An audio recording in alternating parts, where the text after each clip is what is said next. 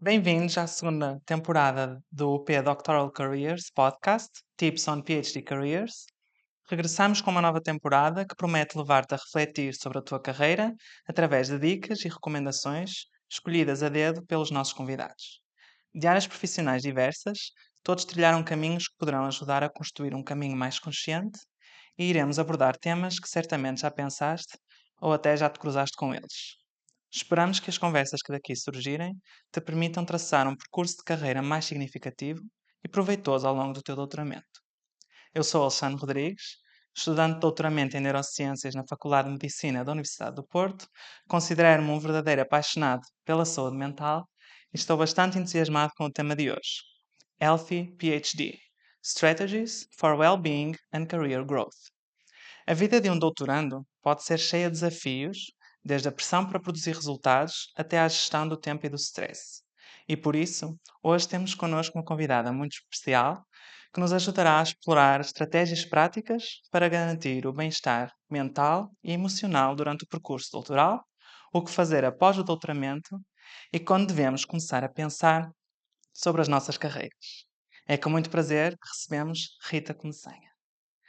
A Rita é psicóloga e coordena o Programa de Saúde Mental da Universidade do Porto, o BAMBUP, Boost, Meet and Bloom at University of Porto. Tem uma vasta experiência como especialista em psicologia clínica e da saúde, bem como em coaching psicológico e psicoterapia. Rita, bem-vinda e obrigado por estares aqui connosco hoje. Obrigada pelo convite, Alexandre, e também em nome do Serviço de Talentos e Carreiras. Sem dúvida alguma que falarmos sobre estes temas é muito relevante. Antes de mergulharmos no tema de hoje e de modo a inspirarmos os nossos ouvintes, pedia que partilhasses um pouco do teu percurso. O que te levou a seguir o caminho de um doutoramento e como te tornaste uma defensora tão ativa em promover a saúde mental no contexto de uma carreira académica. Então, eu iniciei a minha carreira em 2006 na área clínica, sempre associada à avaliação e intervenção psicológica. Em 2011 ingressei concretamente na Universidade do Porto, no serviço de consulta do Núcleo de Saúde e Bem-Estar do CHASUP, foi prioritário para mim desenvolver estratégias que se adequassem à intervenção com estudantes universitários e, concretamente, com estudantes que experienciavam algum nível de frustração ao longo do seu percurso. E, portanto, nessa vertente, o doutoramento foi um projeto de investigação à ação, em que o principal objetivo passava por conhecer não só as prevalências e as necessidades de saúde mental da nossa comunidade estudantil, como desenvolver estratégias e programas de intervenção adaptados às suas necessidades.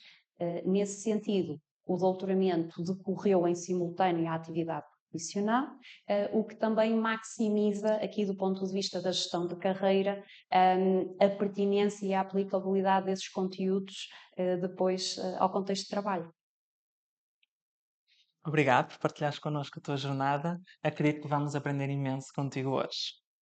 O tema principal que nos traz aqui hoje é a promoção do bem-estar e o desenvolvimento de uma carreira.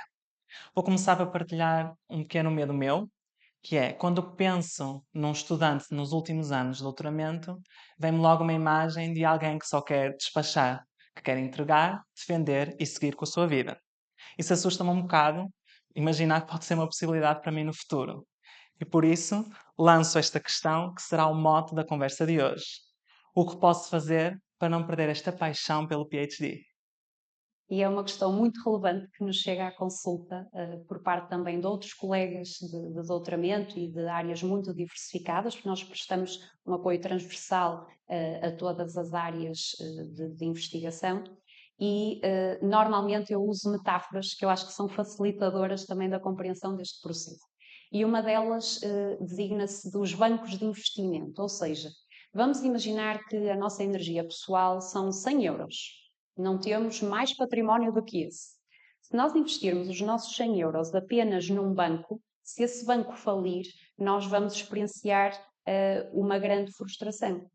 Mas se nós subdividirmos o nosso investimento, o nosso património por vários bancos de investimento, se um falhar, conseguimos resgatar o nosso suporte em outras áreas. Então, é um pouquinho este raciocínio que nós devemos implementar relativamente ao doutoramento, ou seja, é uma fatia do bolo, é um banco de investimento em que eu posso colocar, vamos supor, 20% da minha energia, mas depois é importante eu ter outras redes de apoio que me permitam uma sustentabilidade a longo prazo. E, portanto, usando aqui esta metáfora, eu estou a investir 20 euros, mas tenho os outros 80 subdivididos por os meus amigos, pelos desportos, pelas atividades, pelos hobbies, pelos interesses. Isso é realmente diferenciador.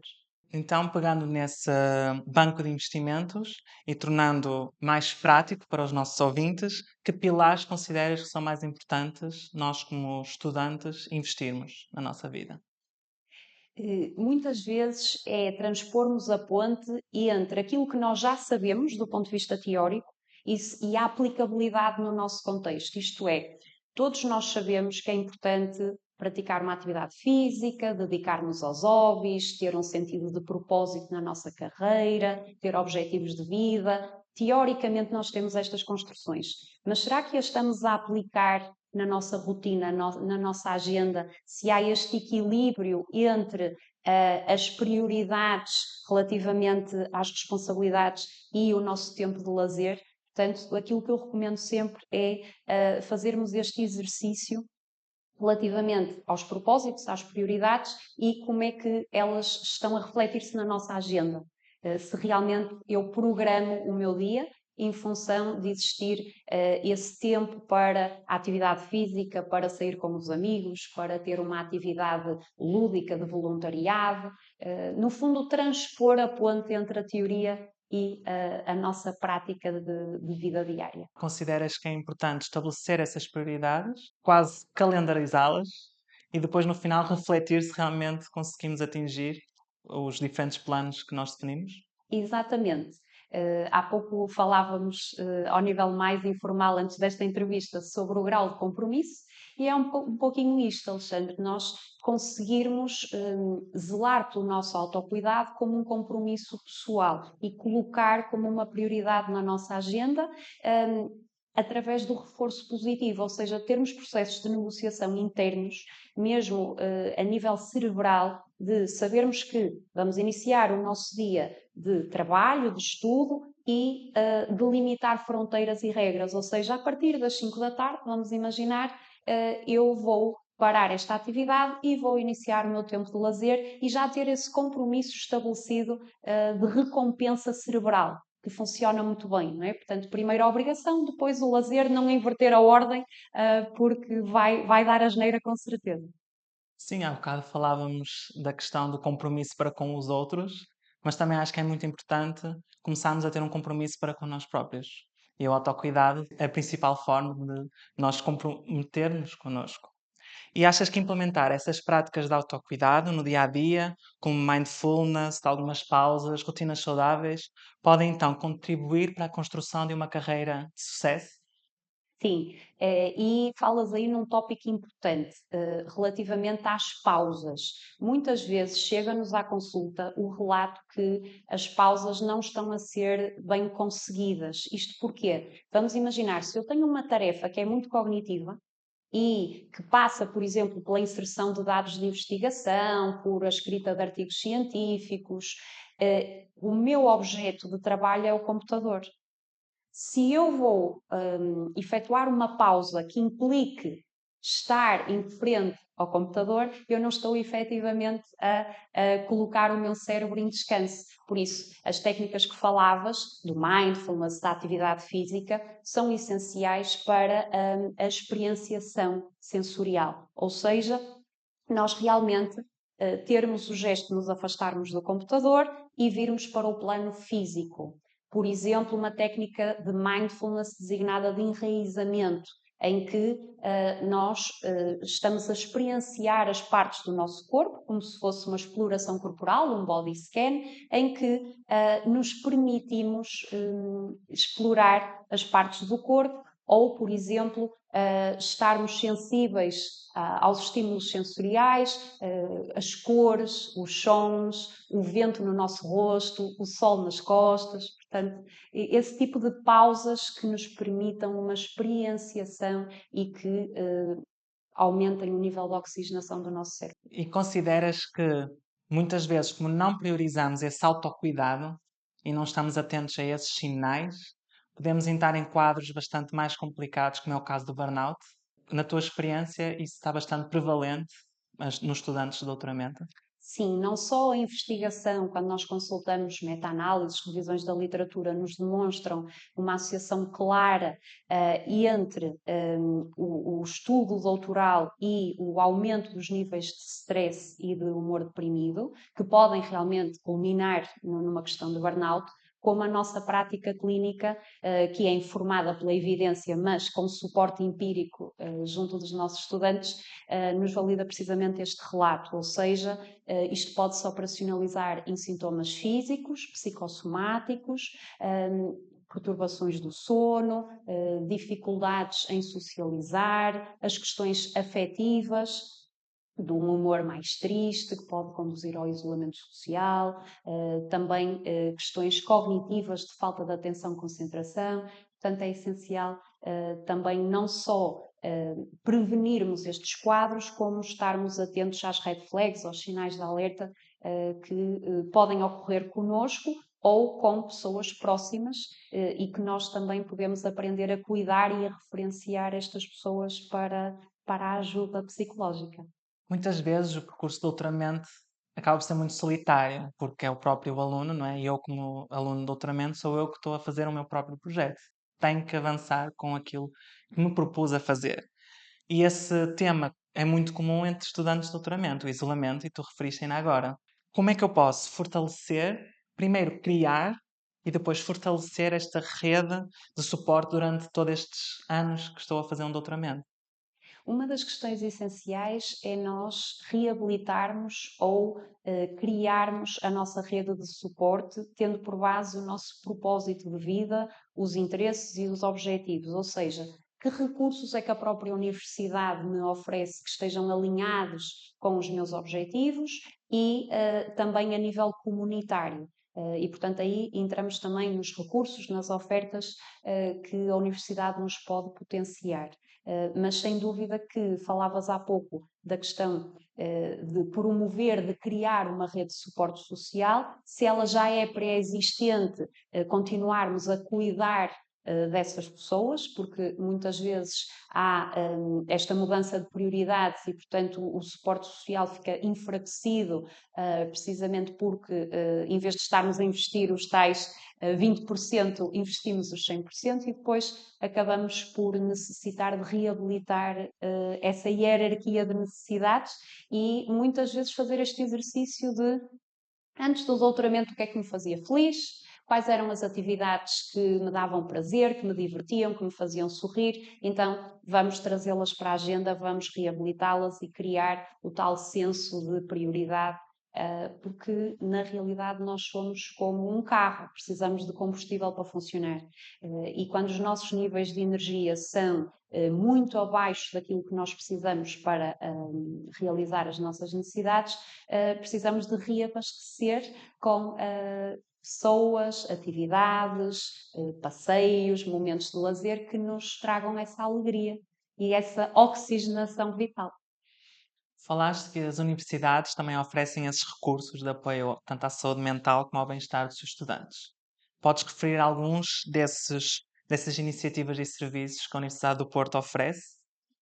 Sim, no âmbito do plano de promoção transversal da saúde mental, temos feito um esforço significativo para conseguirmos agregar estas respostas.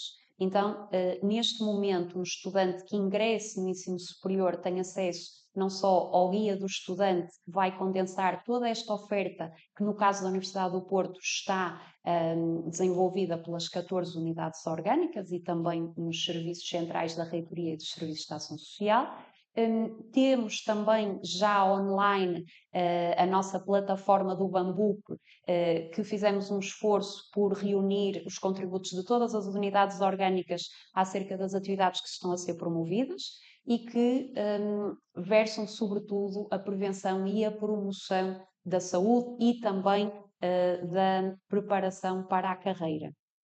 Temos rúbricas de saúde mental, workshops de promoção de literacia em saúde mental e depois as respostas integradas ao nível da intervenção psicoterapêutica, que pode ser individual, em grupo ou referenciação para o Sistema Nacional de Saúde, em casos já de uma severidade da psicopatologia bastante elevada.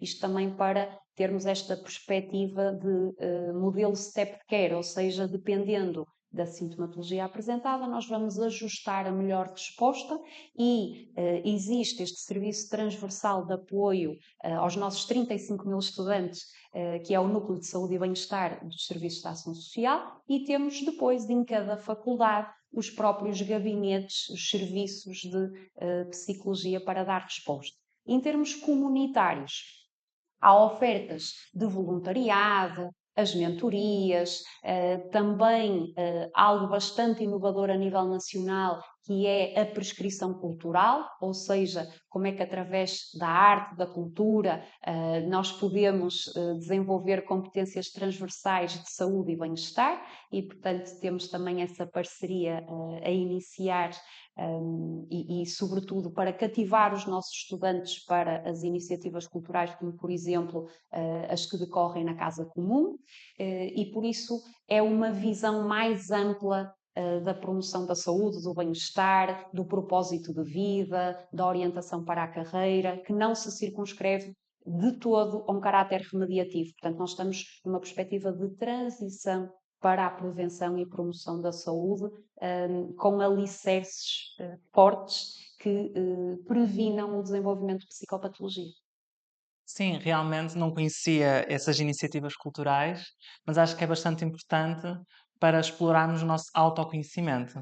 O que é que eu sou, o que é que eu gosto, quais são os meus limites, e acho que é muito importante para encontrarmos esse propósito de vida.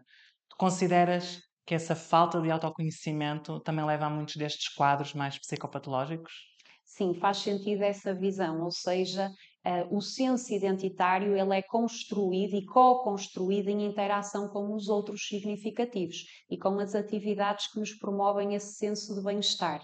Quando nós nos isolamos, perdemos esse contacto comunitário. Rotinas tão simples como a hora de dormir, que a investigação nos mostra que deve ocorrer por volta das 23 horas, para que nós consigamos apanhar o comboio das ondas de sono REM que acontece pelas 2 da manhã. Nós sabemos isto teoricamente, mas será que estamos a implementar? Por exemplo, podem ser realmente dicas muito simples, mas que façam a diferença depois na nossa rotina. Para além destes pilares todos, também acho que a procrastinação e a gestão do tempo é algo que afeta todos nós, estudantes de doutoramento. E acho que ao longo do PhD vamos deixando para o lado a questão do futuro profissional, até pela falta de tempo. A nossa maior preocupação é produzir resultados, escrever e publicá-los, porque foi para isso que nos propusemos no doutoramento, mas a questão do futuro profissional acaba por ser uma questão que só é no fim. Depois de tudo é que me questiono, e agora? Que maneiras existem para evitarmos a procrastinação do e depois do PhD? Sim, a questão processual, ou seja, nós construirmos uma carreira à medida que estamos no terreno e que fortalecemos a nossa rede de contactos, que desenvolvemos recursos em vez de adiá-los para um resultado final. Essa perspectiva faz todo o sentido do ponto de vista do desenvolvimento da carreira.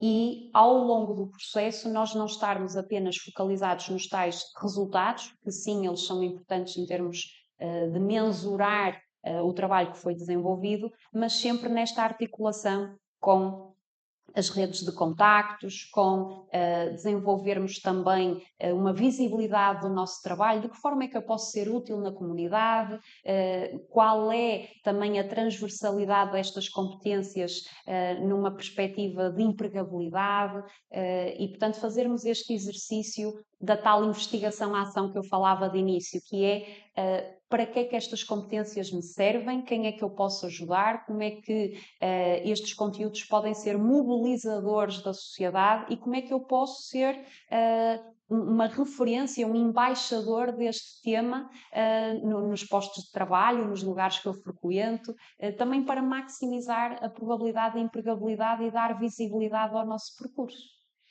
Sim, e agora uma pessoa que esteja a ouvir, como é o meu caso aqui, faz essas questões todas mentalmente. Mas como é que eu procuro as respostas? O próprio Einstein falava muito sobre isto, que é, se eu partir para uma questão de investigação sabendo a resposta, não estou a praticar ciência, só estou a confirmar as minhas próprias expectativas. Então, sem dúvida que a abordagem à tarefa é essencial para maximizar o bem-estar, o sucesso académico e o nosso futuro profissional. Isto é, nós percebermos que ninguém nasce mestre, nós tornamos-nos mestres com a prática. Parte da prática integra a tentativa e erro, portanto, lidar com o insucesso, com o falhanço, até eu conseguir alcançar o sucesso. E, portanto, esta perspectiva de um mindset que seja mais autocompassivo e bondoso em relação ao nosso processo de aprendizagem. Sim, falaste em gerir expectativas e acho que alguém que esteja a fazer um doutoramento numa área inovadora como é a investigação vai lidar com muita frustração. Porque se nós estamos a tentar ter alguma inovação, se a resposta não existe, vamos à procura dela. E às vezes abrimos a caixinha da resposta e está lá um não, ou está lá um insucesso. Como é que lidamos com esse insucesso, tanto a nível do PhD, como depois no desenvolvimento de uma carreira? Sim, há um texto muito interessante que eu evoco nas consultas que se chama As Pedras Grandes Primeiro. E é um exercício interessante que consiste em nós definirmos o que é prioritário. E a nossa saúde, o bem-estar, o desenvolvimento de carreira deve ser uma dessas pedras grandes, estruturais, ou seja, que o nosso valor e a nossa autoestima não seja hipotecado com uma das peças do puzzle, porque o doutoramento é apenas, lá está, uma fatia do bolo, um banco de investimento e não pode representar toda a nossa existência do ponto de vista identitário. Ou seja, nós sermos capazes de distinguir aquilo que é o meu valor, e o meu valor já nasceu comigo, porque o meu valor é o valor da vida, é isso que nós estamos aqui a celebrar, e diferenciar claramente isto dos insucessos e frustrações que eu vou atravessar num trabalho que, neste caso, será o doutoramento e que é um percurso marcado realmente por insucesso e falhança até atingir a descoberta. E isso acontece muito, por exemplo, relativamente aos papers. Quando nós lançamos o primeiro paper, estamos à espera de ter críticas muito positivas e, basicamente, os nossos revisores de pares enviam-nos 10, 20 folhas de críticas para alterar o paper. E nós termos esta perspectiva mais construtiva, percebendo que não estão a falar sobre mim ou sobre o meu valor. Nós não estamos no campo da autoestima, estamos no campo do desempenho relativamente àquele projeto e, portanto, estamos numa perspectiva não de feedback, mas de feed forward, ou seja, como é que este tipo de dicas me pode ajudar a construir algo mais próximo daquilo que é a visão dos especialistas e, portanto, estamos a falar sobre o trabalho, não estamos a falar sobre o meu valor como pessoa. Penso que poderá ajudar bastante nesta concepção. Sim, e eu lembro-me que já falámos e esta frase ficou na minha cabeça, que é: o falhanço é uma condição necessária para o sucesso. E como estamos a falar de carreira, lanço-te aqui uma questão mais pessoal para ti, Rita, que é: o que é que tu consideras uma carreira de sucesso? aquilo que nos preenche, aquilo que nos faz feliz. Ou seja, há aquele ditado muito antigo que diz: deixas de trabalhar no dia em que admiras aquilo que fazes, e portanto não é uma obrigação, é algo que nos motiva para a ação. E faz-me todo sentido essa leitura, que é o critério deverá ser o que é que me apaixona, o que é que me entusiasma, haver este match entre o autoconhecimento, o sentido de propósito e aquilo que vai ser o meu caminho relativamente à exploração da carreira, ou seja, existir este match entre o meu percurso pessoal e aquilo que possa ser motivador, que possa ser apaixonante. Obrigado, Rita. Acho que realmente reunimos aqui imensa informação para desenvolvermos uma carreira de sucesso. Para terminar, pedia só que nos deixasses uma key tip para promover um doutoramento que cuide tanto do bem-estar como do desenvolvimento desta carreira de sucesso. Que nos permitamos explorar estes milestones do sucesso numa perspectiva muito mais focada na saúde e no bem-estar, que é o nosso real luxo, e não tanto em situações externas ou estereotipadas. Foi um prazer enorme ter-te aqui connosco, Rita. Quero agradecer-te por partilhares tantos insights e tantas dicas sobre a saúde mental e o crescimento profissional durante o doutoramento. Para os nossos ouvintes, não se esqueçam de explorar os recursos disponíveis na Universidade do Porto e, mais importante, cuidar do vosso bem-estar. Um agradecimento também por nos terem acompanhado e convidamos-vos a ouvir em breve o próximo episódio. Até lá, para apoiar no processo de exploração das vossas carreiras, sugerimos que explorem os recursos da plataforma UP Doctoral Careers e que recorram, sempre que necessário, aos serviços da carreira e empregabilidade das vossas faculdades e da Universidade do Porto. Termino este episódio agradecendo ao Instituto Geofísico da Universidade do Porto por nos acolher na gravação deste podcast e a toda a equipa, o P Doctoral Careers, pela experiência de conduzir esta entrevista. Até breve!